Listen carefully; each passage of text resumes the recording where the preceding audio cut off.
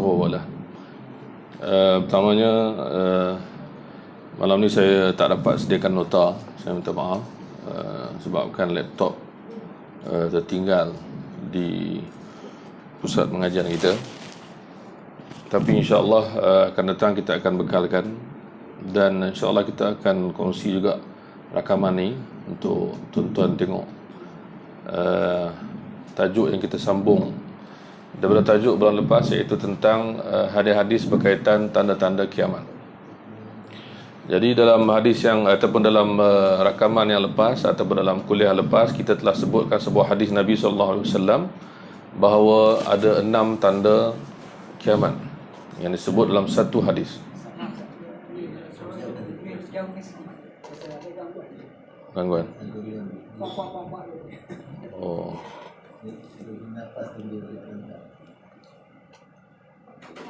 Jadi dalam kuliah lepas kita telah sebutkan sebuah hadis yang ada 6 tanda. Bermula dengan kematian Nabi SAW, kewafatan baginda, kemudian berlakunya pembukaan Baitul Maqdis, kemudian penyakit wabak yang besar yang mematikan ramai manusia, itu berlaku di zaman Sayyidina Umar juga, tahun. Kemudian kita sebut juga tentang fitnah ataupun huru-hara yang berlaku. Juga disebutkan juga harta akan melimpah-limpah di akhir zaman. Dan yang keenam, umat Islam akan memerangi Banil Asfar, iaitu orang Eropah, iaitu peperangan di akhir zaman.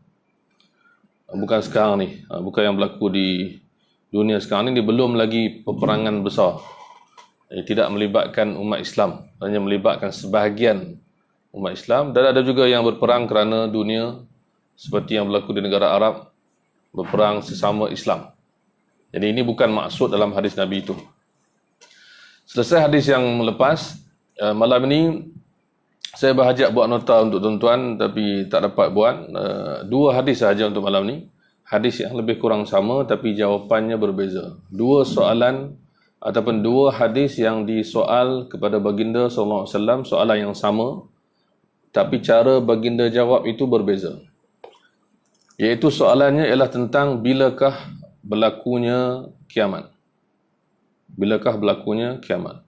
Jadi pada zaman sekarang ni orang suka bercakap tentang bila nak kiamat, bila Dajjal datang, bila Islam akan menang, bila. Orang nak tahu bila tu, maksudnya masyarakat kita kadang-kadang terlupa melihat Al-Quran dan hadis. Bagaimana Al-Quran dan hadis bercerita tentang bila kiamat. Kalau kita baca Al-Quran Al-Karim sebagai contoh, tonton baca, kita semua baca, ada ayat-ayat yang berbentuk soalan.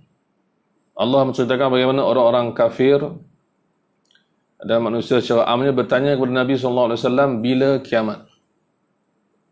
Jadi telah pun disoal soalan ini ketika Nabi masih hidup. Disoal pula oleh pelbagai golongan. Ada orang Islam, ada orang kafir. Kafir Quraisy pun ada. Araf ada dalam surah An-Nazi'at, menceritakan ayat menceritakan yas'alunaka sa'ati ayyana mursa. Mereka bertanya. Mereka tu siapa? Dalam ayat tu disebutkan mereka ni adalah orang-orang kafir. Yas'alunaka, mereka bertanya kepada kamu, iaitu Muhammad sallallahu alaihi wasallam. Anis sa'ati, tentang kiamat. Sa'ah, maksud dalam ayat ni ialah al-qiyamah ataupun permulaan akhirat, iaitu hancurnya dunia. Bila? Ayyana mursaha, bila ia akan benar-benar berlaku. Maka soalan ini, tuan-tuan, telah pun disoal kepada Nabi kita Muhammad SAW. Ya, orang sibuk tanya soalan sekarang, bila kiamat, bila tarikh. Dah pun disoal pada masa baginda masih hidup. Maka apa yang Allah suruh jawab? Allah suruh jawab, qul innamal ilmu indallah, qul innama ilmuha inda rabbi. Katakanlah wahai Muhammad SAW, katakanlah, jawablah kepada mereka, ilmu tentangnya hanya Allah yang tahu. Senang jawapannya. Kan? Yas'alunaka 'anis sa'ati ayyana mursaha qul innamal 'ilmu 'indallah. Maksudnya ialah jawab wallahu a'lam. Selesai. Dan wallahu a'lam ini jawapan yang cukup penting untuk kita jadikan budaya orang Islam. Termasuk terutamanya orang yang digelar ilmuwan atau ustaz atau ulama, lagilah kena beramal dengan ayat wallahu a'lam. Jangan menyangka kita tahu semua. Tidak ada manusia tahu semua dan tak mungkin manusia tahu semua. Kita, tuan-tuan, sampai tua ada banyak benda yang tak terjawab. Sampai mati ada benda kita tahu, banyak lagi kita belum tahu. Imam Syafi'i kata, semakin aku belajar, semakin aku yakin aku tak tahu. Jadi siapa yang, tuan-tuan, yang akan rasa dia tahu semua? Yang tak belajar. Itu. Saya nak beri contoh mudah pada tuan-tuan. Mungkin tuan-tuan rasa benda ni setuju tak setuju. Saya beri contoh mudah. Contohnya ialah Al-Quran. Ilmu kita dengan ilmu seorang budak kecil hafal Quran 30 juzuk, ada beza tak ilmu kita dengan ilmu dia? Kita tua, Masya Allah, boleh pakai kopiah semua, boleh jadi imam, pakai jubah, serban, semua boleh. Hafal tak Quran? Tak boleh tipu bab ni. Tapi budak kecil, 10 tahun, 12 tahun, dia tak peduli siapa, dia buat kerja dia senyum, dia sengih, dia jalan pegang tangan dengan ayah dia. Rupanya, hafal Quran 30 juzuk. 30. Kita 1, 2, 3 juzuk belum tentu. Itulah ilmu kita dan sangkaan kita. Kita sangka saya dah tahu semua. Tapi ada banyak ruang kita belum tahu. Itu soal hafal Quran. Soal baca Quran pun lain. Baca Quran. Kita tengok budak-budak kecil baca Quran, sedap. Dengungnya, panjangnya, pendeknya, tajwidnya, makhrajnya. Kita belum tentu macam dia. Itu ilmu dia. Kita ilmu kita. Apatah lagi tentang makna Al-Quran dan hadis. Jadi kita kena sentiasa belajar. Itu je ubat dia. Sentiasa menuntut ilmu. Saya jumpa seorang imam surau, kawan saya. Dia adik saya lah. Saya pergi ceramah di surau dia. Kemudian saya dengar dia di imam, ada bacaan dia kurang sikit. Saya pun sembang dengan dia. Kita tak malukan dia depan orang ramai, kita sembang seorang-seorang. Dia kawan kita, adik kita. Orang muda. Dia kata, ustaz ni ada baca kurang ni. Dia ustaz. Waktu dia kata, minta maaf lah ustaz. Dia kata kat saya kata bukan minta maaf. Ada tak mengaji Quran dengan siapa-siapa sekarang? Ada tak mengaji Quran? Dia ustaz, dia imam. Saya tanya dia soalan.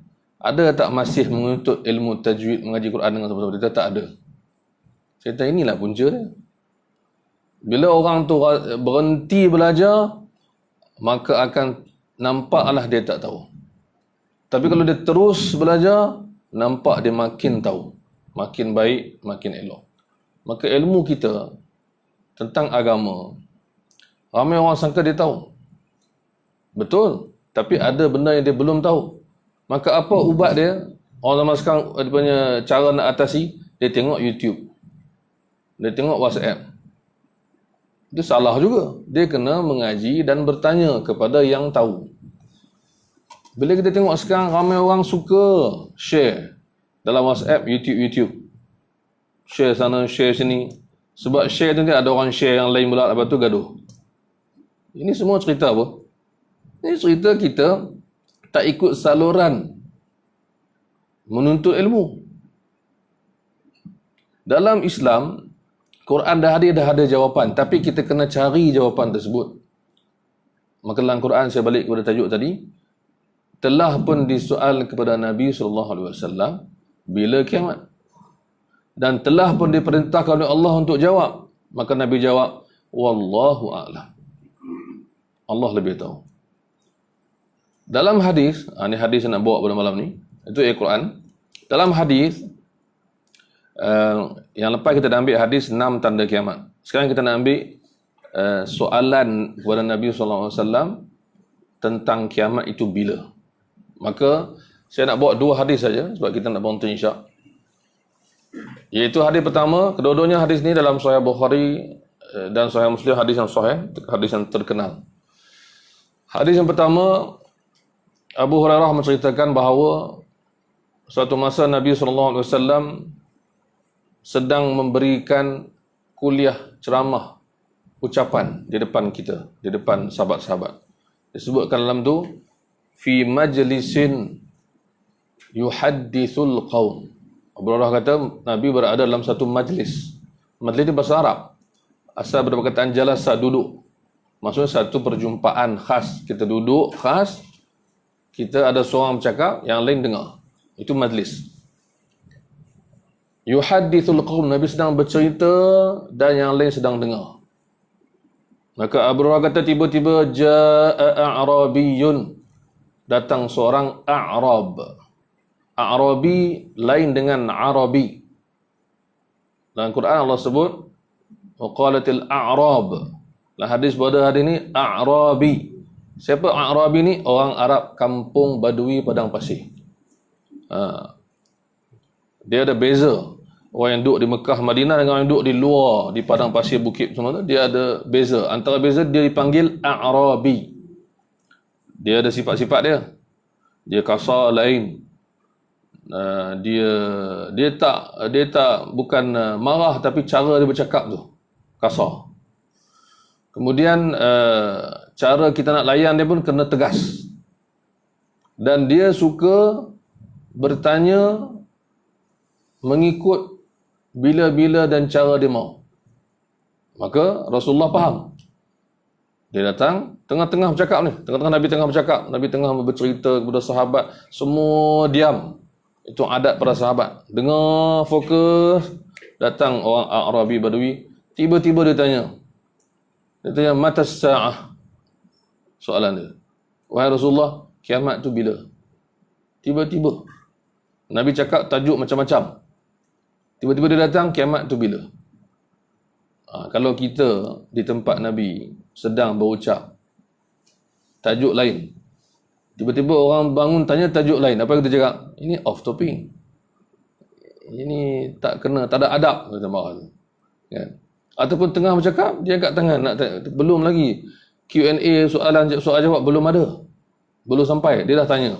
Tapi Rasulullah ni, dia faham jiwa seorang Badawi Arab ni, dia macam tu. Apa Nabi buat? Tengok apa Nabi buat. Kata Abu Hurairah, famadha Rasulullah sallallahu alaihi wasallam yuhaddits. Nabi tak jawab, Nabi teruskan ucapan. Dia tanya, Nabi pun sambung ucapan. Nabi tak marah, tak jawab. Marah pun tidak, jawab pun tidak. Nabi buat apa? Teruskan ucapan sebab dah ada tajuk nak bercakap. Maka sebahagian sahabat berbisik-bisik. Sebahagian berkata, sami'a ma qala fakariha ma qala. Apa maksud dia? Nabi itu dengar tu, tapi Nabi tak suka, betul Nabi tak jawab. Dia tafsirkan.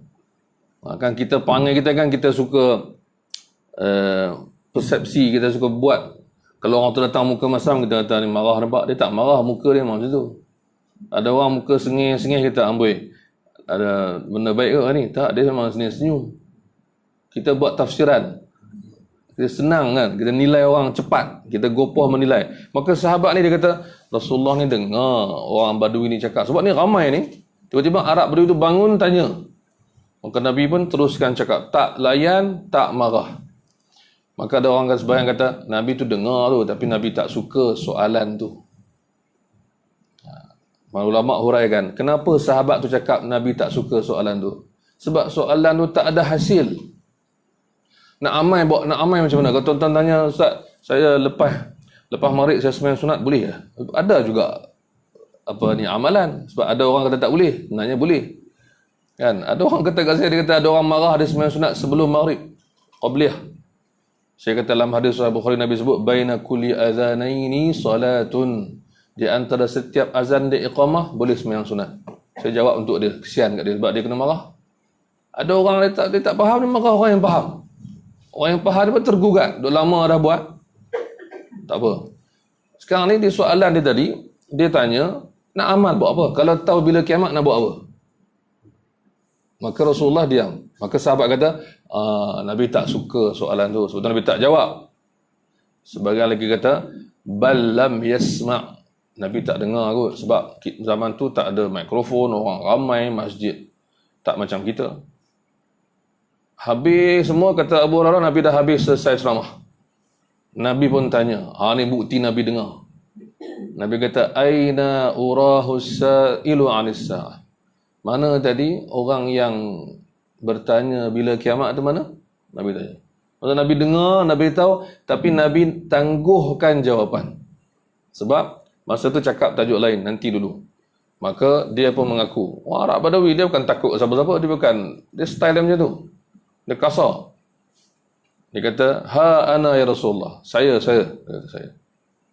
Maka Nabi jawab dekat dia. Nabi kata, فَإِذَا ضُيَّعَتِ الْأَمَانَةُ فَانْتَظِرِ السَّاعَةِ. Kau tanya bila kiamat? Aku bagi kau tanda. Bila amanah telah diabaikan dan dikhianati, orang pecah amanah, tunggulah berlakunya kiamat. Berlakunya berleluasa amanah tu tak dijaga. Tanggungjawab tak dijaga.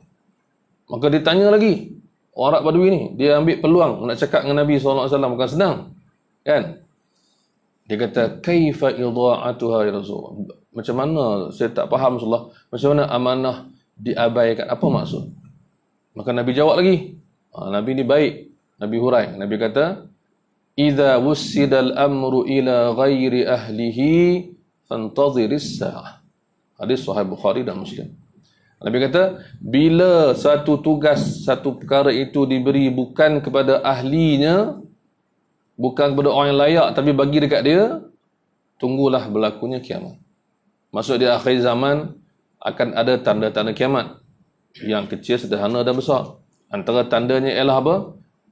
Orang yang tidak layak diberikan tanggungjawab dan tugas, menyebabkan rosak masyarakat.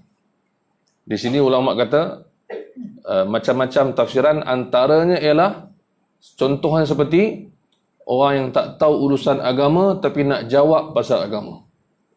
Orang yang tidak ada ilmu tentang agama, disoal dan dia jawab. Disoal dan dia jawab. Orang tanya kita, tapi orang tanya hukum mudah tak apalah kan. Cucu tanya, ni Tok Wan sapu kepala wuduk ni hukum dia apa? Tok Wan jawab, wallahu'alam. Itu teruk sangat Tok Wan tu. Kan? Aku tanya teruk, soalan payah. Nanti Tok Wan tengok, wallahu'alam. Saya suka tengok, kadang-kadang ada ustaz-ustaz yang masuk televisyen, orang tanya soalan dalam tanyalah ustaz ke apa benda, dia jawab, nanti saya akan semak jawapan dia, wallahu'alam, saya tak pasti, esok saya jawab. Ini orang yang bagus. Orang yang sedar diri. Ada yang tahu jawab. Itu kaedah dia, petua dia. Tahu jawab, tak tahu, wallahu'alam. Sebab tu, kata ulama, separuh ilmu ialah wallahu'alam. Separuh ilmu. Maksudnya, kita ni tuan-tuan, bila kita jawab juga, habis. Adakah ada cerita betul tak betul? Saya dengar start daripada sekolah lah cerita ni. Masa apa ni, ada seorang tok guru, tapi tok guru tak betul, tok guru menyamak. Tok guru berlakon. Orang tanya dia, dia hurai, dia kata, mandi wajib kena meratakan air ke seluruh bulu rom. Macam kita Jawi, seluruh bulu rom. Tu orang tanya, rom tu apa dia? Dia tak erti menyamak. Berlakon, dia kata rom tu seekor burung di syurga. Kita apa kena-mengena pula. Orang tanya dia, kita mengaji bab mandi wajib, ni serta bulu burung di syurga. Dia kata siapa yang banyak bertanya kurang fadilatnya. Jadi kawan tu pun selamat. Itu cerita Melayu. Hak Arab pula, masa saya pergi kat Jordan, ada cerita juga Arab. Ada orang jahil jadi tok guru. Dia pun ajak hadis, dia baca rawahu Tirmizi wa hasnah. Dia baca riwayat Imam Tirmizi, hadis tu kan, riwayat tu kan kat hujung tu, tapi dia salah baca. Sebenarnya rawahu Tirmizi wa hasanahu. Itu baris dia. Tirmizi meriwayatkannya dan mengatakan ia hadis hasan, hadis yang elok. Hadis yang tidak dhaif tapi elok. Tak apalah, dia baca Tirmizi wa hasnah. Hasanahu dia baca hasnah. Baris, Arab bukan betul baris sangat. Kita tak nak baris, tu bahaya. Kemudian orang tanya dia, Syekh, kami kenal Tirmizi, tapi siapa hasnah? Dia pula, aku terperangkap nak buat macam mana ni. Dia kata, isterinya. Isteri Imam Tirmizi. La ilaha illallah. Kemudian guru saya juga pernah sebut, ada teknik orang tak erti ni. Bila orang tanya, dia ada cara jawab dia. Kan? Untuk guru berlakon ni. Satu hari orang tanya Syekh ni, Syekh, apa maksud ni? Huraian yang Syekh huraian ayat ni. Dia kata apa? Nanti kita akan jumpa. Belum sampai masa dia. Ada. Kan? Saya murru alaina. Itu ayat Arab dia. Saya murru alaina. Nanti. Anak murid dia pun, Alhamdulillah. Nantilah. Lama mengajar berapa bulan, berapa tahun. Tak jumpa-jumpa. Anak murid dia kata, Syekh, hari itu tak hurai lagi. Dia jawab, laqad marra alaina. Dah jawab dah. Tak main. Lah, lagu tu pula. Maksudnya cara jawab tu. Sebab tu kita cakap senang. Saya pernah masuk dalam TV dulu, tanyalah ustaz. Ada tahun 2010 dulu lah, orang tak tengok pun. Saya masuk, mak saya tengok apa. Bila saya masuk tu, orang tengok soalan macam-macam. Jadi saya prepare kertas tebal. Saya nota semua, saya prepare. Jadi penerbit tu heran, dia tanya, ustaz bawa banyak kertas, banyak nota. Saya kata, kena bawa banyak nota. Kalau jawab salah, dosa. Dia macam ingat kita masuk TV ni goreng je. Goreng punya goreng, cerita buat lawak, habis dah. Kita kena bersedia saya buat nota terbaik. Sebab dia bagi tajuk untuk awal, dia bagi sebulan sebelum. Saya prepare. Kita masuk 3 hari betul-betul. Jumaat, Sabtu, Ahad. Masa tu tak ada lagi macam sekarang. Masa tu dia live 3 hari, yang lain rakaman. 3 hari saya masuk, saya buat nota terbaik. Penerbit tu dia gelak kat saya. Dia ketawakan saya. Kata, ustaz apa bawa banyak nota? Saya jawab balik, ni saya nak cakap ni amanah. Ingat saya main-main ke? Cakap orang dengar dalam TV, bukannya sikit. Kalau salah, siapa tanggung? Betul juga. Betul juga. Ya. Jadi orang tanya soalan macam-macam, jawablah apa yang kita tahu. Yang tak tahu cakap, wallahu a'lam. Senang. Tapi malangnya hari ini, ramai penceramah suka cerita benda yang pelik-pelik. Pelik-pelik ni menarik. Menarik ni orang suka. Cerita benda biasa, orang cakap, tu aku pun tahu. Bila cerita benda pelik, wish, ini pelik ni, tak pernah jumpa. Pergi habaq pula. Tahun ni bulan puasa akan mula. Mula apa? Tanda-tanda kiamat. Bulan puasa tahun ni je. Sudah kata. Kita baru fikir nak puasa banyak tahun ni. Lepas tu dia habaq pula Imam Mahdi ada hari dah. Cuma tak keluar lagi. Tak keluar, masa tidak muncul lagi. Tu ada di sana. Confident tu. Sebab kalau kita baca hadis-hadis Imam Mahdi, tak tahu bila. Tapi orang penceramah dia nak kena cerita bila, orang seronok lah. Kalau habaq kata satu masa nanti, tak syok lah. Tapi habaq tahun depan, syok juga. Dekat. Kemudian satu orang pula ustaz pula cakap dalam YouTube, Dajjal dah ada. Tunggu masa saja. Mungkin 2020. Mulalah. Kan? Kita baca dalam hadis. Nanti kita akan sampai hadis Dajjal tu. Dajjal tu dah ada. Memang betul. Tapi bila dia muncul, belum tahu dan tak pasti. Allah yang lebih tahu. Tapi tak syok sebab itu tak. Tak seronok lah. Kalau tuan ceramah, orang bila tak? Wallahualam. Tak cakap, tak puas Ustaz bagi tahu sikit anggaran kau. Dia ada orang suka ramalan. Kemudian dia kata pula, kalau lah betul, kalau tak betul saya minta maaf. Tadi hang cerita punya panjang, tarikh semua, lepas tu dia nak cover, tapi kalau tak betul saya minta maaf. Tak payah cerita lah. Cakap wallahualam. Ada pula seorang penceramah saya tengok, ada orang tengok soalan kan, saya tengok dia penceramah daripada Indonesia. Dia ceramah, dia tunjuk, dia kata bulan Ramadan ke akan ada meteor ke apa akan hentam bumi tu. La ilaha illallah. Apa cerita ni? Dia habaq pula tahun bila semua, lepas tu masuk duduk dalam rumah buat. Masuk duduk dalam rumah. Saya kata senang. Masuk dalam rumah. Bila dia kata Ramadan tahun ni. Tuan-tuan, kalau tuan percaya ceramah macam ni, inilah Ramadan akhir kita. Tiap-tiap tahun tuan-tuan ada orang bawa benda ni. Setiap Ramadan. Tak jadi-jadi. Sebab apa? Sebab ramalan tekaan. Baik. Kita balik pada hadis tadi. Rasulullah jawab, kiamat ni ada tanda. Tanda Nabi boleh bagi. Bila?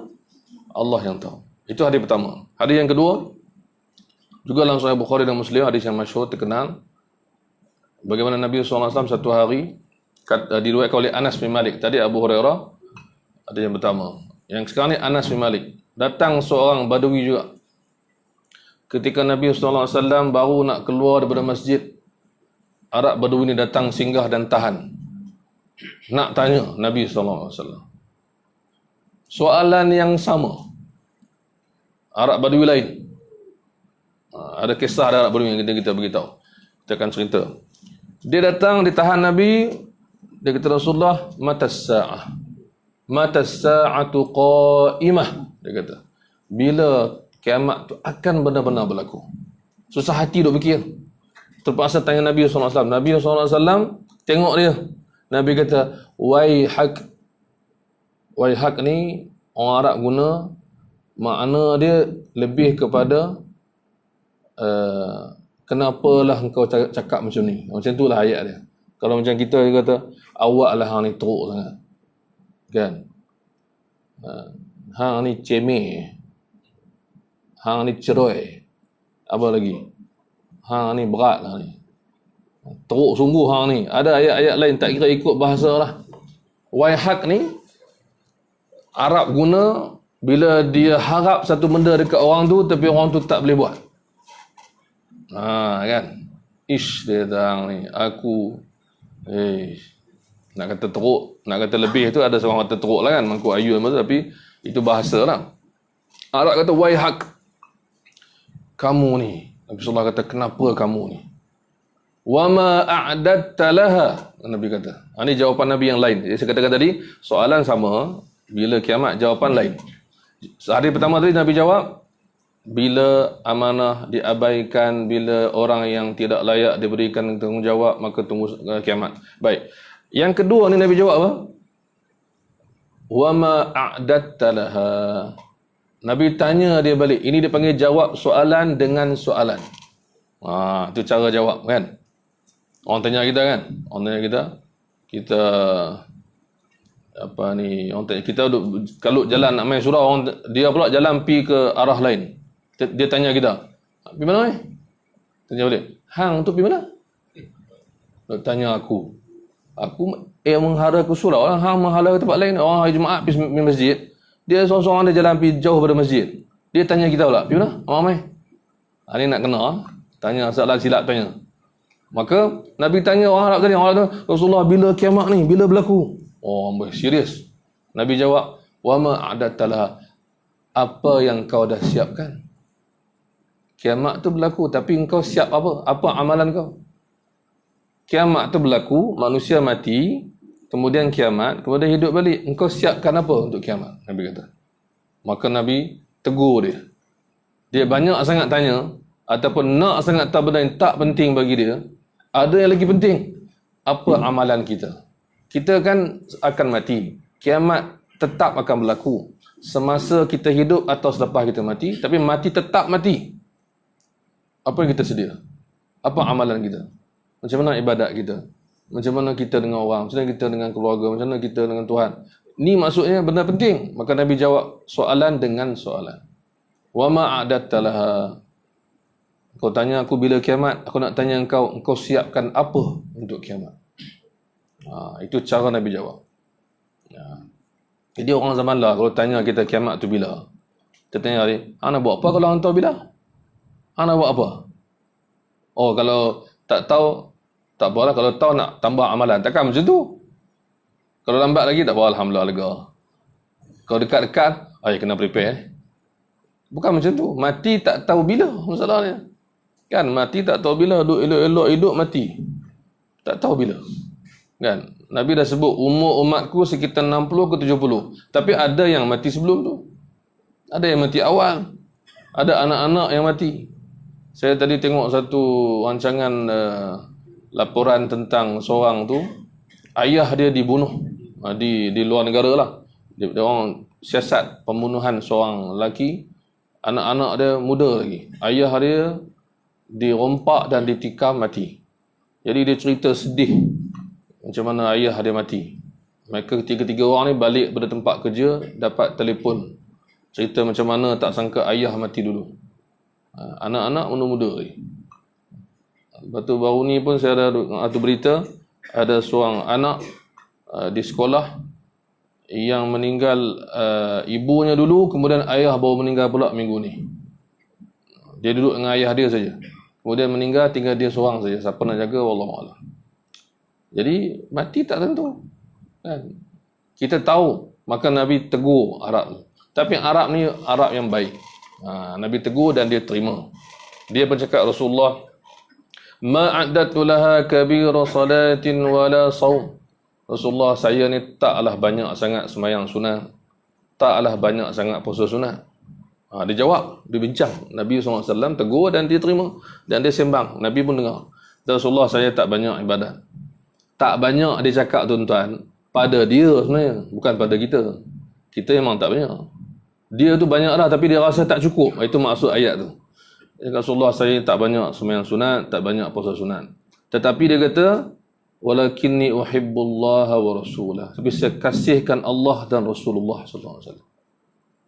Dia cakap tu terang dengan Nabi. Saya ni tak baik mana Rasulullah. Amalan pun tak banyak. Tapi saya sayang Allah dan Rasul. Rasulullah suka dengan jawapan. Tadi Rasulullah tak suka soalan dia. Sekarang Rasulullah suka jawapan dia. Rasulullah berkata apa? Al-mar'u ma'a man ahab. Seorang itu akan di akhirat nanti bersama orang yang dia sayang. Engkau akan bersama dengan orang yang kau kasih. Maksud dia kasih Rasulullah, engkau di syurga insya-Allah. Maka Nabi gembirakan dia balik. Bermakna dia beramal, dia jaga amalan dan Nabi sayang dekat dia. Dia pula sayang kepada Nabi SAW dengan maksud ikut perintah Nabi SAW. Maka itulah dia sebenarnya persiapan. Itulah jawapan. Iaitu kita bersedia untuk kiamat dengan amalan. Sebab tu kita beritahu di kuliah kita yang bulan lepas dan bulan sebelum tu, bahawa ada hadis Nabi ni yang memberi kita panduan apa nak buat. Bukan bila berlaku, tapi apa nak dibuat. Contoh, dalam sunnah Nabi Daud, kita sebut dulu. Nabi kata, kalau kamu dengar Dajjal telah muncul, jangan pergi. Itu cara Nabi cakap. Dengar Dajjal mai, dia singgah pula di Singapura. Contoh, jom kita naik beli tiket, nak pergi tengok pokok jauh. Nak pergi tengok buat apa Dajjal? Dia nak merosak kita nak pergi tengok dia. Itu bahaya orang kan. Kalau ada rimau mai, nak pergi tengok rimau. Dalam kandang tak apa. Jadi sekarang ni Rasulullah kata, kalau kamu dengar, Nabi bagi panduan ni, kalau kamu dengar Dajjal muncul, jangan pergi. Baik. Kalau terserempak, bertahan, Nabi kata. Maksudnya beramal. Apa Nabi cakap? Beramal untuk Dajjal? Surah Al-Kahfi. Surah baca. Bukan Dajjal datang baru duduk Astagfirullahaladzim depan muka dia. Bukan. Amal daripada sekarang. Kalau kita dan anak cucu kita jumpa, Allah pelihara. Amalan tu berterusan setiap masa. Ada hadis sebut 10 ayat kita hafal, ada hadis sebut 3 ayat kita hafal, ada hadis suruh amalkan baca, kita buat. Hari Jumaat ke hari apa kita amal. Kemudian ada juga hadis lain sebut di akhir zaman kena banyak beribadat, kena elakkan daripada mencederakan orang Islam. Maksudnya apa? Kalau laku pertembungan, peperangan, na'udzubillah semua, jangan sertai kalau mencederakan sesama Islam. Jaga diri dan jaga percakapan dan perbuatan. Jadi dua hadis tadi kita boleh simpulkan bagaimana soalan tentang bila kiamat ini hanya Allah yang tahu. Itu satu. Walaupun Nabi bagi tahu tanda, walaupun Nabi bagi tahu keadaan, Nabi bagi tahu hari, ada hadis kita akan jumpa nanti insya-Allah. Saya susun kuliah saya ni setiap bulan kita baca beberapa hadis, akan datang hadis tentang hari Jumaat. Iaitu Nabi bagi tahu kiamat berlaku hari Jumaat. Tapi Jumaat bila tak tahu. Itu maksud dia. Dah ada hadis sebut kiamat berlaku pada waktu duha. Duha hari Jumaat tu. Bukan berlaku petang malam. Tak tahu bila juga. Dalam Quran Allah sebut tentang hanya Allah yang tahu bila, dan Nabi SAW menjadi pemberi amaran. Maksudnya peringatan. Itu yang kita kena buat. Baik, yang pertama Allah yang tahu bila. Jadi tuan-tuan tolonglah sangat-sangat nasihatlah kawan-kawan kita yang suka sangat percaya tarikh-tarikh kiamat ni. Tak kena langsung dengan Al-Quran atau mana-mana hadis. Ada seorang sahabat kata kat saya, kita ni suka meramal, kurang beramal. Gitu. Dia buat ayat tu, sedap juga. Kan? Suka meramal. Bila ni Raja Saudi sekarang ni dah sakit, anak dia berebut, muncul Imam Mahdi. Dia nak suka nak bawa ke tu. Kalau tiba-tiba raja tu sihat tak mati-mati. Raja Salman yang tua, dia memang tua Raja Salman tu. Dia dah tua dah. Yang semua dia dah colour dah janggut dengan rambut semua tu. Tapi dia tak mati lagi. Anak dia memanglah duk berebut takhta semua. Itu berlaku setiap masa, setiap zaman. Tapi dia suka kaitkan, itulah akan muncul. Sebab tu tuan-tuan, saya tak tahu ingat 78 ke 77. Berlaku seorang manusia mengaku dia Imam Mahdi dalam Masjidil Haram dan tembak orang yang semayang jemaah. Tahun 78 ke 77 dia. Saya lahir 78. Saya tak tahulah. Jadi datuk saya, nenek saya cerita benda ni. Orang yang pergi Mekah sama dulu tahu benda ni. Sejarah di Arab Saudi, di Mekah tu, dia masuk diam-diam. Dia tahu kan bila sembahyang jenazah, dia bawa keranda masuk, dia bawa jenazah tu. Dalam tu dia bawa senapang senjata. Diam-diam solat subuh. Kemudian imam tu baru je meninggal beberapa tahun lepas. Imam yang ada solat subuh pada pagi itu, yang kecoh pada pagi itu, dia, kalau tuan-tuan ingat, dia imam yang mata dia buta sebelah. Kemudian dia sengau, baca sengau. Kadang-kadang dia imam hari raya. Dulu lah tuan-tuan biasa pergi umrah haji, tuan-tuan dia baca. Tu imam tu. Lepas tu dia akan lap mata dia buta. Nama dia Imam As-Subayyil, ada nama dia. Anak dia ganti dia. Dia tu yang tua yang dah meninggal tu, dia jadi imam subuh pada masa pemberontakan dalam Masjidil Haram. Dia bawa senapang semua masuk diam-diam dengan keranda, dia tembak, dia mengaku aku Mahdi. Aku Imam Mahdi. Macam mana tu? Mengaku ni. Susah. Nanti timbul pula 2020 kan? Muncul pula seorang buat pengumuman pula.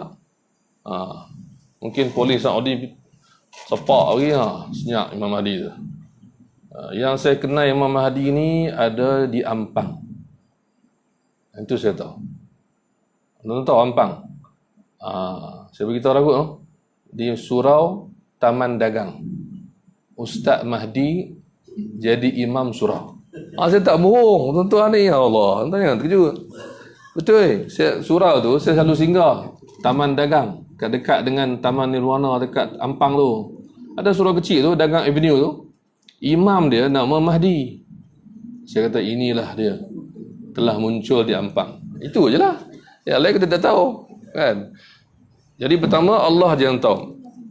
Jadi kalau ada siapa-siapa duk dakwa-dakwi, boleh takat nak lariskan ceramah, nak jual CD atau nak jual CD tak jual sekarang ni, jemput kena bayar ribu-ribu. Nak ceramah yang bagi kiamat tu bila? Mahal lah sikit, kan? Kemudian yang kedua, tengok hadis yang saya sebut yang pertama. Nabi jawab apa? Nabi kata ada tanda akan berlaku kiamat. Itu kita boleh beritahu ke orang. Tanda-tanda kiamat, ada tanda kecil, ada tanda besar. Yang ketiga, Nabi tak jawab. Nabi tanya soalan lain. Apakah amalan kamu untuk menghadapi kiamat? Jadi kita tuan-tuan, daripada dua hadis ni, kita buat kesimpulan, kita kena banyak beramal. Banyak menambahkan ilmu, banyak menambahkan amal, bersedia sebab kita pasti akan mati. Walaupun kita tak tahu bila kiamat. Jadi kita jangan selesa. Orang putih panggil comfort zone. Aku dah okey, aku dah tak perlu lagi, aku dah tak payah tambah, aku dah buat semua. Tidak. Itu bukan cara yang diajar oleh Nabi SAW. Nabi sebut orang beriman ini, bila umur dia makin panjang, amalannya makin elok. Itu orang yang Nabi puji. Sebenar-benar orang beriman. Iaitu, man tala umuruhu wa hasuna amaluh. Orang yang baik itu adalah orang yang bila makin panjang umurnya, makin elok amalannya. Dan na'udzubillah yang teruk tu sebaliknya. Makin panjang umurnya, makin teruk amalan dia. So kita doa kepada Allah SWT biar kita faham hadis-hadis Nabi SAW dengan makna yang sepatutnya. Bukan dengan kita baca tak tahu siapa tulis, dalam internet kat mana tak tahu siapa sumber, orang cerita pula, WhatsApp YouTube 2-3 minit, 2-3 minit tu yang tak faham tu. Ceramah sejam lebih, dengar 2 minit je. Maka salah faham tu berlaku. Baru saja siang tadi ada seorang hamba Allah ni, dia duk sibuk bila kiamat, bila ada ustaz tegur dia, dia kata apa? Dia kata yang cakap tu pun ustaz juga, dia kata. Dia bertahan. Dia kata bila ada ustaz tegur, dia cakap ini semua ramalan, jangan percaya. Dia tegur balik, dia kata itu pun ustaz juga. Habis. Kalau cakap macam ni maknanya kita dah tak ada lagi tapisan. Apa yang masuk semua kita dengar. Sedangkan Nabi SAW pernah pesan, kafa bil mar'i kadhiban an yuhadditha bi kulli ma sami'. Dalam mukadimah Sahih Muslim. Cukuplah menjadi satu pembohongan, kata Nabi, bila kita cakap semua yang kita dengar. Tak ada tapis. Cukuplah menjadi satu pembohongan, kata Rasulullah, bila semua yang dia dengar itu yang dia bercakap. Orang beriman, dia dengar, dia fikir, dia tapis. Tapi orang yang tak faham ilmu, dia dengar cerita, lepas tu pening seorang. Dia kata agama mengajar kita untuk tidak keliru. Kalau tak tahu, tanya. Kan, kalau tak faham, kita boleh bincang. Kalau ada hadis dengan terjemahan. Tadi kita buat pengajian dekat Pusat Pengajian Terminal Center di sana, kita buat pengajian, kita baca terjemahan Indonesia. Ada yang salah. So saya betulkan. Ini bukan maksud. Ada yang terbalik, ada yang salah, ada yang cerita tak kena, ada yang cerita betul. So terjemahan bukan semestinya tepat. Mesti dia tengok siapa yang terjemah, siapa yang sahkan. Sebab tu dalam Islam ini ilmu ni sentiasa dikuatkan, ditambahkan dengan pengajian macam ni, dengan baca buku. Juga boleh dengar YouTube. Kalau dengar ceramah yang kita tahu siapa dia ceramah, dengar daripada awal sampai habis, semuanya bagus. Tapi hati-hati bila nak sampaikan, nak share. Nak share kena hati-hati. Jadi ada orang alhamdulillah dia tanya dulu, ustaz, saya dapat ni, boleh tak saya share? Itu alhamdulillah. Kita kata ini betul, ini tak, ini wallahu alam, ini betul, ini salah. Kita dapat jangan kita tersebar benda salah. Macam mana nak tarik balik? Kan, masalah. Baik, setakat itulah kita malam ni kita bersyukur kepada Allah SWT sebab kita waktu yang ada ni kita dapat isi. Dan ikut turutannya ialah minggu lepas kita dah ambil hadis 1, 6 tanda kiamat. Minggu ni kita ambil lagi 2 hadis. Di sini ada hajat dari Tuan Haji Razi untuk kita doakan isterinya Haji Ramlah Rajab yang akan melalui rawatan untuk jantung.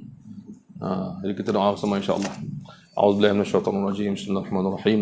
Alhamdulillahirabbil alamin wassallallahu wasallama ala sayyidil mursalin wa ala alihi wa sahbihi ajma'in. Ya rabbana lakal hamdu kama yanbaghi li jalali wajhika wa 'azimi sultanik. Allahumma ighfir lana dhunubana wa liwalidina warhamhum kama rabbawna shighara.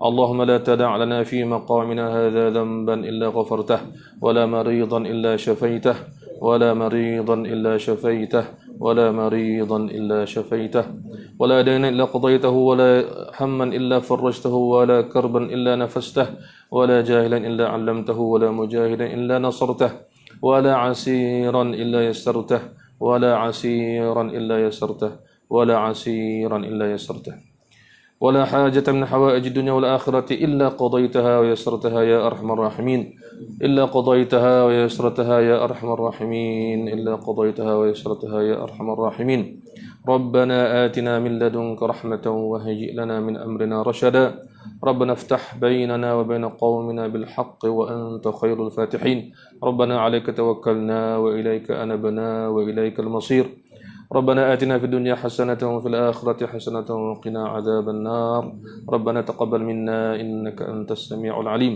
وتب علينا إنك أنت التواب الرحيم وصلى الله على سيدنا ونبينا محمد وعلى آله وصحبه أجمعين والحمد لله رب العالمين. Kita niatkan kesembuhan dengan membaca Al-Fatihah.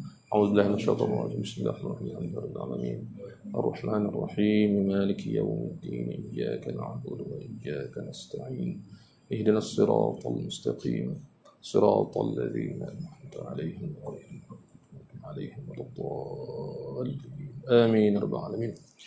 وصلى الله عليه وسلم وصحبه أجمعين. سبحانك اللهم وبحمدك أشهد أن لا إله إلا أنت أستغفرك وأتوب إليك. بسم الله الرحمن الرحيم. العصر إن الإنسان لفي خسر إلا الذين آمنوا وعملوا الصالحات وتواصوا بالحق وتواصوا بالصبر. السلام عليكم ورحمة الله وبركاته.